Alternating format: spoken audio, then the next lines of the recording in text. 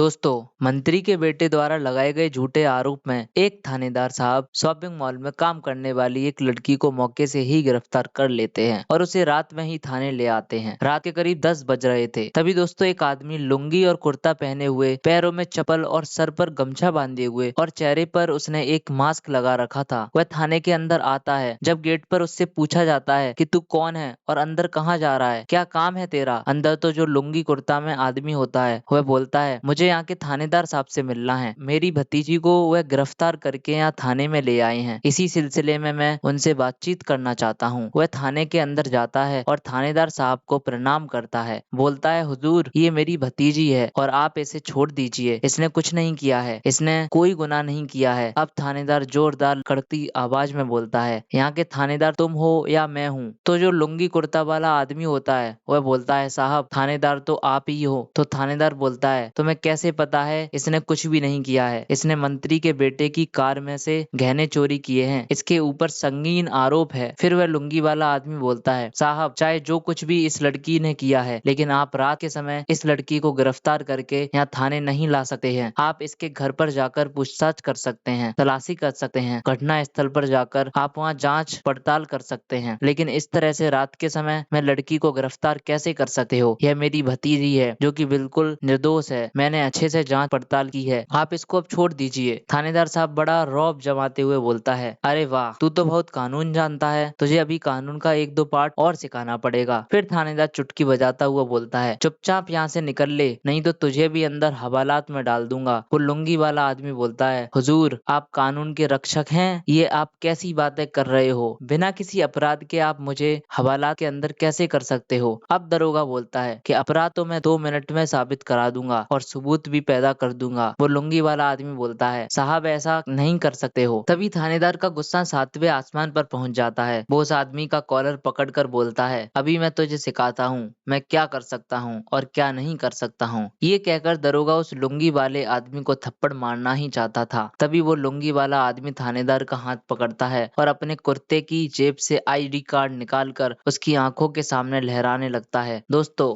I card देखते ही थानेदार के पैरों तले जमीन खिसक जाती है। वो एकदम से बिल्कुल सावधान स्थिति में आ जाता है और एक जोरदार सैल्यूट मारता है। आखिर दोस्तों वो आदमी कौन था और लुंगी में क्यों आया था? उस थाने में वो लड़की कौन थी और वो मंत्री का बेटा कौन था? ये सब बातें जानने के लिए आपको ये वीडियो पूरा देखना पड़ेगा। दोस्तों, कहानी शुरू करने से पहले आप लोगों से विनम्रता से निवेदन है कि आप वीडियो को एक लाइक कर दीजिए और हमारे यूट्यूब चैनल को सब्सक्राइब कर लीजिए। आइए दोस्तों, चलते हैं कहानी की शुरुआत। दोस्तों, ये कहानी बिहार राज्य की राजधानी पटना की है। पटना में डाक बंगाल रोड पर बन प्लाजा शॉपिंग मॉल है। वहाँ एक लड़की जिसका नाम नेहा होता है, वो मॉल में गाड़ियों को पार्किंग कराने का काम करती थी। गाड़ियों की पार्किंग करवाना, कोई VIP आ रहा हो तो उसके लिए रिजर्व सीट रखना, ये सब उसका काम था। बहुत ही गरीब परिवार से थी। उसके पिता नरेंद्र कुमार और भाई विकास कुमार दोनों पटना रेलवे स्टेशन पर फलों का ठेला लगाया करते थे और फल बेचा करते थे। दोस्तों, यह कहानी 28 अगस्त की शाम की है। एक पूर्व मंत्री का बेटा शाम के समय में बन प्लाजा शॉपिंग मॉल में शॉपिंग के लिए आता है और अपनी गाड़ी को गलत तरीके से पार्किंग करने लगता है। वो लड़की जो नेहा थी वो उससे बोलती है, सर आप पार्किंग सही से कर दीजिए, और भी गाड़ियां यहाँ आती रहती हैं, उन्हें प्रॉब्लम होगी। दोस्तों, मंत्री का बेटा नशे में बुरी तरह से धुत था। वो बोलता है, तो तुम मुझे तमीज सिखा रही हो? मेरी मर्जी है, मैं जहाँ गाड़ी पार्किंग करूँ, तुम कौन होते हो मुझे रोकने वाले? वो लड़की बोलती है, सर मैं यहाँ की पार्किंग इंचार्ज हूँ, पार्किंग कराना मेरा काम है, आप प्लीज गाड़ी सीधी कर दीजिए। और दोस्तों, मंत्री का बेटा गुस्से से गर्म हो जाता है। दोस्तों, वह कड़कड़ी आवाज में बोलता है, तुम मुझे पार्किंग करना सिखाओगी? मेरी मर्जी है, मैं जहाँ चाहूँ वहाँ पार्किंग करूंगा। अगर मेरे साथ ज्यादा बकवास की तो तुम्हें अभी के अभी यहीं अच्छे से सबक सिखा दूंगा। तो नेहा बोलती है, सर आप मेरे साथ बदतमीजी नहीं कर सकते हो, मुझे यहाँ का इंचार्ज सौंपा गया है, ये मेरी ड्यूटी है, इसलिए मैं ऐसा बोल रही हूँ। आप अपनी गाड़ी सही से पार्किंग कीजिए। तभी दोस्तों, मंत्री का बेटा गुस्से से थरथराता हुआ अपनी जेब से फोन निकालता है और अपने थानेदार दोस्त को फोन करता है। जब थानेदार साहब उससे लोकेशन पूछते हैं तो वो बोलता है, बन प्लाजा शॉपिंग मॉल के सामने। तो थानेदार साहब बोलते हैं, अरे सर मैं तो इसी शॉपिंग मॉल में शॉपिंग करने के लिए आया हुआ हूँ, आप बस 2 मिनट रुकिए, मैं अभी आता हूँ। दोस्तों, उधर से थानेदार साहब सिविल ड्रेस में पार्किंग एरिया में जाते हैं। वहाँ जैसे ही मंत्री के बेटे अपने दोस्त को देखते हैं तो तुरंत बोलते हैं, क्या हुआ सर? मंत्री का बेटा बताता है, ये लड़की मुझसे बदतमीजी कर रही है। थानेदार साहब लड़की से पूछते हैं, क्या सर सही बोल रहे हैं? लड़की बोलती है, सर ये गाड़ी सीधी नहीं कर रहे हैं, और भी कई गाड़ियां यहाँ आती रहती हैं। तो थानेदार साहब बोलते हैं, तो क्या हो गया, तुम्हें पता नहीं है क्या ये कौन है और मैं कौन हूँ? लड़की उनकी ये बात सुनकर गुस्सा हो जाती है, बोलती है, चाहे आप कोई भी हो, उससे मुझे कोई लेना देना नहीं है, मुझे मेरी ड्यूटी करने से मतलब है। थानेदार साहब बोलते हैं, ठीक है, तुझे मैं अभी ड्यूटी कराना सिखाता हूँ। अब दोनों दोस्त थानेदार और मंत्री का बेटा मिल जाते हैं। दोस्तों, थानेदार थाने में फोन करता है, तुरंत वहाँ पुलिस आती है और नेहा को गिरफ्तार कर लेती है। झूठा केस बनाया जाता है कि इस लड़की ने गाड़ी के अंदर से गहनों की चोरी की है और दोनों मिलकर पीछे वाला गाड़ी का शीशा खुद ही तोड़ देते हैं। दोस्तों, Patna one plaza shopping mall कोतवाली थाने के अंतर्गत ही आता था। अब दोस्तों, उस लड़की को भी कोतवाली थाना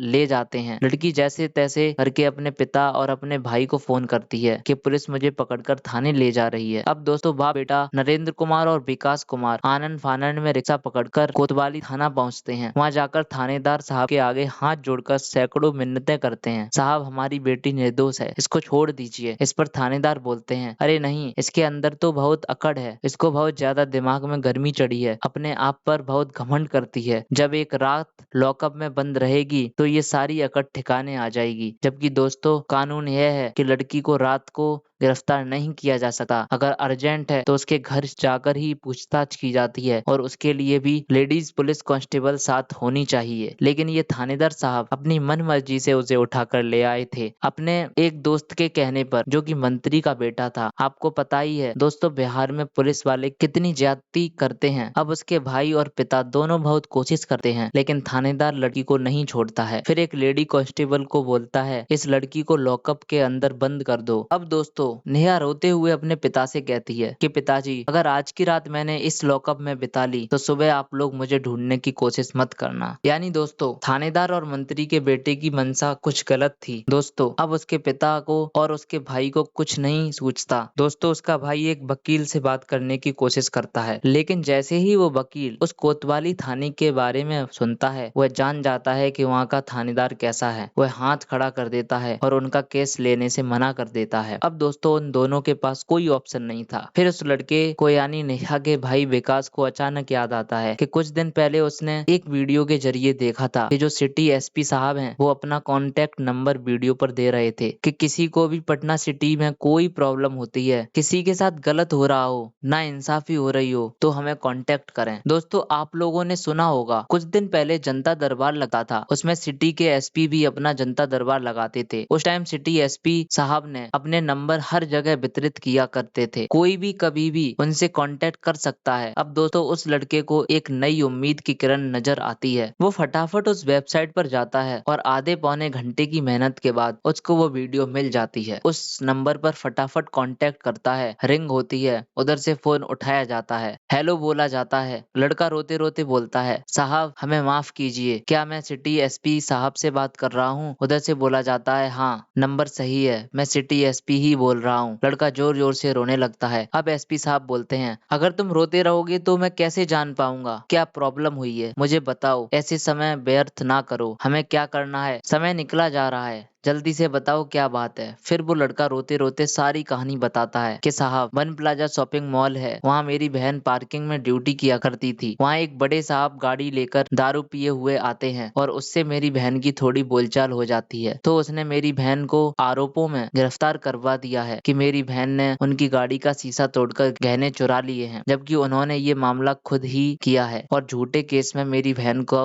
गिरफ्तार कर लिया है। हम गरीब आदमी हैं साहब, क्या करें, कैसे करें? एसपी साहब पूछते हैं, कौन से थाने ले गए हैं? वो लड़का बताता है, साहब कोतवाली थाना। एसपी साहब लड़की का नाम पूछते हैं। वो लड़का बोलता है, साहब मेरी बहन का नाम नेहा है। एसपी साहब बोलते हैं, ठीक है, आप दोनों पिता पुत्र शांति बनाए रखिए, किसी के पास जाने की जरूरत नहीं, मैं सब संभाल लूंगा, घबराइए नहीं, मैं आपको कुछ देर में इसी नंबर पर कॉल बैक करता हूँ। अब दोस्तों, फोन कटने के बाद एसपी साहब आनंद फानंद में कोतवाली थाना के इंस्पेक्टर को कॉल करते हैं। कोतवाली थाना का इंस्पेक्टर झटपट भागता हुआ तुरंत एसपी साहब के पास पहुंचता है, क्योंकि दोस्तों कोतवाली थाना का कंप्लेंट एसपी साहब को पहले ही कई बार मिल चुका था कि वहाँ के थानेदार अपनी मनमर्जी करते हैं। जब इंस्पेक्टर साहब वहाँ पहुँचते हैं तो एसपी साहब बोलते हैं, तुम्हारे कोतवाली थाने का बहुत कंप्लेंट मिल रहा है, चलो आज वहाँ एक स्टिंग ऑपरेशन करते हैं। अब इंस्पेक्टर साहब भी कुछ नहीं कर सकते थे, वो भी एसपी साहब के साथ हाँ में हाँ मिलाते हैं। तुरंत एसपी साहब अपने दल बल को साथ लेते हैं, इंस्पेक्टर साहब को भी साथ करते हैं और एसपी साहब अपना भेष बदलते हैं। एक लुंगी पहनते हैं, कुर्ता पहनते हैं, गमछा लेते हैं, अपने बालों को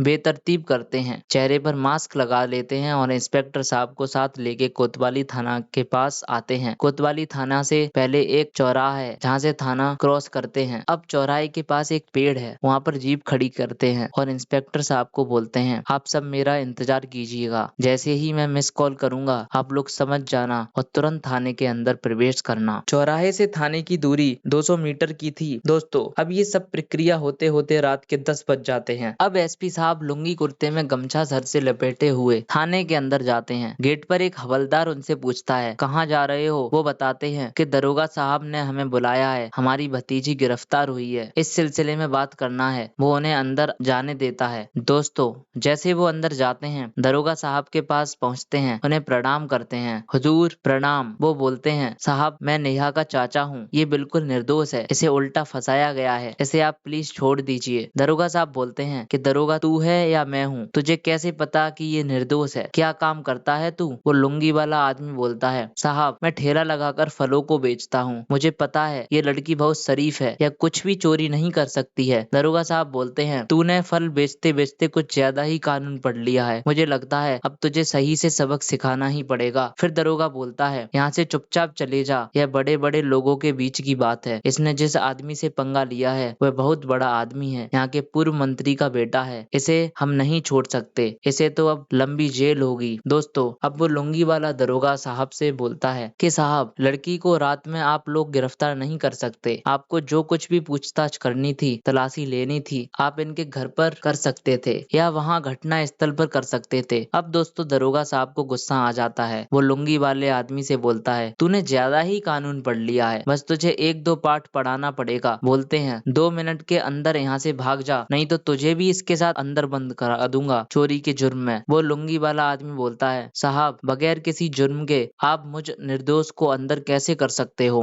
दरोगा चुटकी बजाते हुए बोलता है कि तुझे दोषी साबित करना तो मेरे बाएं हाथ का खेल है और तेरे लिए गवाह भी मैं पैदा कर दूंगा। फिर वो लुंगी वाला आदमी बोलता है, साहब आप ऐसा नहीं कर सकते हो, आप कानून के रक्षक हैं, आप ऐसा कैसे कर सकते हो? इस पर दरोगा साहब का गुस्सा 7वें आसमान पर पहुंच जाता है। वो बोलते हैं, तुझे मैं अभी कानून सिखाता हूँ। यह कहकर दोस्तों उसका कॉलर पकड़ लेते हैं और उन्हें जैसे ही थप्पड़ मारना चाहते थे तब तक वो लुंगी वाला आदमी दरोगा साहब का हाथ पकड़ता है और अपने कुर्ते की जेब से अपना आईडी कार्ड निकालता है और उसके सामने लहराने लगता है। दोस्तों आईडी कार्ड देखते ही दरोगा के पैरों तले जमीन खिसक जाती है और वो खड़ा का खड़ा रह जाता है और एक जोरदार सल्यूट मारता है। तब तक एसपी साहब अपना फोन निकालते हैं और एक मिस कॉल अपने स्टाफ को करते हैं। अब दोस्तों 2 मिनट के अंदर ही इंस्पेक्टर अपने दल बल के साथ दौड़ता हुआ थाने के अंदर प्रवेश कर जाता है और वहां पर पहुंचकर एसपी साहब को जोरदार सल्यूट मारता है। अब ये सब नजारा देख के वहां थाने में जितना भी स्टाफ था सबके सब हक्का बक्का रह जाते हैं। वो लड़की भी हक्का बक्का रह जाती है कि आखिर ये बंदा कौन है। अब इंस्पेक्टर साहब बोलते हैं कि ये हमारे सिटी एसपी साहब हैं। दरोगा तो पहले ही जान चुका था क्योंकि वो देख चुका था। बाकी स्टाफ जैसे ही सिटी एसपी साहब का नाम सुनते हैं तो उनके भी पसीने छूटने लगते हैं और जैसे के तैसे खड़े हो जाते हैं। अब एसपी साहब वहां कुर्सी पर बैठ जाते हैं और थानेदार को सामने खड़ा किया जाता है। अब उल्टा सीन हो गया था दोस्तों, पहले थानेदार कुर्सी पर बैठा हुआ था और एसपी साहब खड़े हुए थे। अब एसपी साहब उस थानेदार से पूछते हैं, हाँ भाई इस लड़की का नाम क्या है? थानेदार बोलता है, साहब इस लड़की का नाम नेहा है। एसपी साहब बोलते हैं, इनके खिलाफ क्या और कैसे कंप्लेन है? वो थानेदार बोलता है, साहब इनके खिलाफ चोरी का कंप्लेन है, इन्होंने गाड़ी का शीशा तोड़कर कीमती गहने चुराए हैं। एसपी साहब बोलते हैं, तुमने इनकी तलाशी ली, इनके पास कुछ मिला? दरोगा बोलता है, नहीं साहब कुछ भी नहीं मिला। एसपी साहब बोलते हैं, ठीक है एफआईआर का रजिस्टर मुझे लाकर दिखाओ। अब थानेदार साहब हड़बड़ा जाते हैं। दोस्तों एफआईआर का रजिस्टर जैसे ही मुंशी लाकर देता है, एसपी साहब रजिस्टर के पन्ने पलटकर देखते हैं तो उसके खिलाफ कोई भी एफआईआर दर्ज नहीं थी। अब एसपी साहब गुस्सा हो जाते हैं, बोलते हैं, तुमने अभी तक इनका एफआईआर दर्ज नहीं किया है? है। एसपी साहब बोलते हैं, किस बिहाफ पर तुमने इनको गिरफ्तार किया है? दरोगा साहब एकदम से घबरा उठते हैं, बोलते हैं साहब एक आदमी का फोन आया था, उसने इसके खिलाफ कंप्लेंट किया था। एसपी साहब बोलते हैं, कौन आदमी था? साहब पूर्व मंत्री का बेटा था। अब एसपी साहब बोलते हैं, क्या उसने लिखित में कुछ दिया था? दरोगा साहब बोलते हैं, नहीं साहब, लिखित में तो नहीं दिया था, बस फोन किया था। अब एसपी साहब उससे पूछते हैं, तुम्हारी नौकरी कितनी हो गई है? दरोगा चुप रहता है। एसपी साहब जोर से पूछते हैं, अरे भाई तुम्हारी नौकरी को कितने साल हो गए हैं? दरोगा धीरे से बोलता है, साहब 10 साल चल रहा है। क्या तुम्हें 10 साल में ये नहीं पता कि एफआईआर मौखिक पर दर्ज नहीं होता है, लिखित पर दर्ज होता है। जब उसने लिखित कंप्लेन किया ही नहीं तो तुमने बिना एफआईआर के इस लड़की को कैसे उठा लिया? और तुम्हें ये नहीं पता क्या कि लड़की को रात में गिरफ्तार नहीं किया जाता है? लेडीज कांस्टेबल को साथ में लेकर जाते, उसके घर पर पूछताछ करते, जिस जगह पर घटना हुई वहाँ पूछताछ करते। तुमने ऐसा कुछ किया है घटना स्थल पर? इंक्वायरी की है? दरोगा कुछ नहीं बोलता है। एसपी साहब गुस्से में बोलते हैं, बिना कुछ किए, बिना कुछ जाने तुमने इस लड़की को उठा लिया। इसका मतलब यह है कि उस आदमी से तुम्हारी यारी है या फिर तुम्हें मोटा माल मिला है इसके बदले में। अब एसपी साहब इंस्पेक्टर को आदेश देते हैं कि अभी के अभी इस लड़की को छोड़ो। दोस्तों, लेडीज कांस्टेबल आती है, उस लड़की को छोड़ देती है। उसके बाद एसपी साहब खड़े हो जाते हैं, इंस्पेक्टर से बोलते हैं, अभी के अभी मैं इस दरोगा को सस्पेंड करता हूँ और इसे लाइन हाजिर करता हूँ। अब एसपी साहब इंस्पेक्टर को ये भी बोलते हैं कि जो बंदा इसके खिलाफ कंप्लेंट किया था मौखिक रूप से, किस मंत्री का बेटा है, उसके खिलाफ मानहानि केस दर्ज कराओ। अब दोस्तों, एसपी साहब फोन करके लड़की के पिता और उसके भाई को बुला लेते हैं और उनसे बोलते हैं, तुम लोगों को मंत्री के बेटे के खिलाफ मानहानि का केस दर्ज कराना है कि हमारी समाज में बहुत बेइज्जती हुई है, हमारी लड़की की बेइज्जती हुई है। पहले तो दोस्तों नरेंद्र कुमार जो लड़की के पिता थे और लड़की का भाई विकास कुमार दोनों घबरा जाते हैं, बोलते हैं, हुजूर हम इस केस मुकदमे के चक्कर में कहाँ उलझते रहेंगे, हम गरीब आदमी हैं, रहने दीजिए। जब एसपी साहब उन्हें डांटते हैं कि जब मैं खुद तुमसे बोल रहा हूँ मानहानि का केस करो, फिर दोनों बाप बेटा एक मानहानि का केस दायर करते हैं। इस बिहाफ पर दोस्तों तुरंत मंत्री के बेटे की गिरफ्तारी हो जाती है और उसे बहुत अच्छे से सीख दी जाती है। तो दोस्तों ये थी आज की कहानी। आपको कैसी लगी? एसपी साहब के बारे में आपकी क्या राय है? हमें कमेंट करके अवश्य बताएं और ऐसी ही इंटरेस्टिंग कहानियां सुनने के लिए हमारे यूट्यूब चैनल को सब्सक्राइब कर लीजिए और वीडियो को भी एक लाइक कर दीजिए। मिलते हैं फिर से एक नई इंटरेस्टिंग कहानी के साथ, तब तक के लिए जय हिंद दोस्तों।